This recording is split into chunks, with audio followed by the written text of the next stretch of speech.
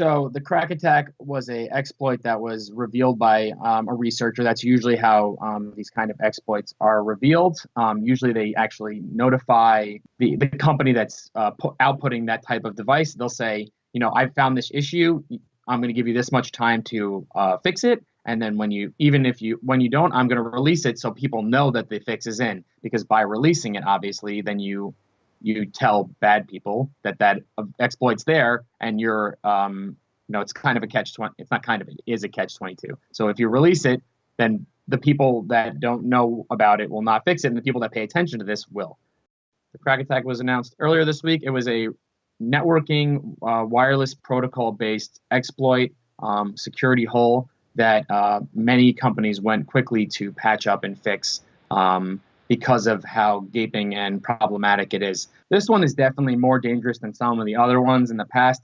It's basically, usually it's some kind of injection type system where someone can put themselves a man in the middle type attack where they can get your data or they can access your network. So with this one specifically, it has to do with what's called WPA2 encryption. WPA2 encryption for a long time was considered like the safest, most popular, highest encryption for the average user. So when you connect to your router, you type in your little password. It's usually, if it's all numbers, that's WEP. That's a long, outdated service that most people don't do. By default, like if you get an ISP router, it's WPA2. So what it does is basically they can hack that password and that activity pretty easily, and that's across almost every router and every device. So it's not just on the router side, it's on the actual device side. It's in the protocol.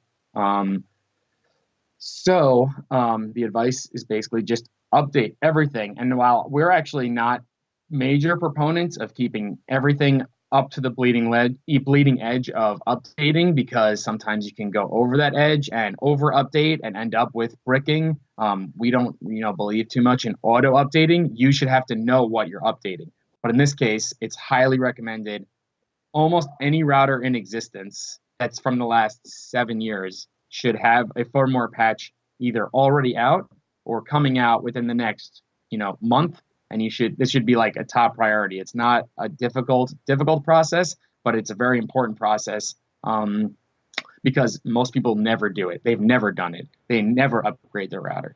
The problem is bad. The fix is there. And if the fix isn't there, you should be harping on whoever should be fixing it.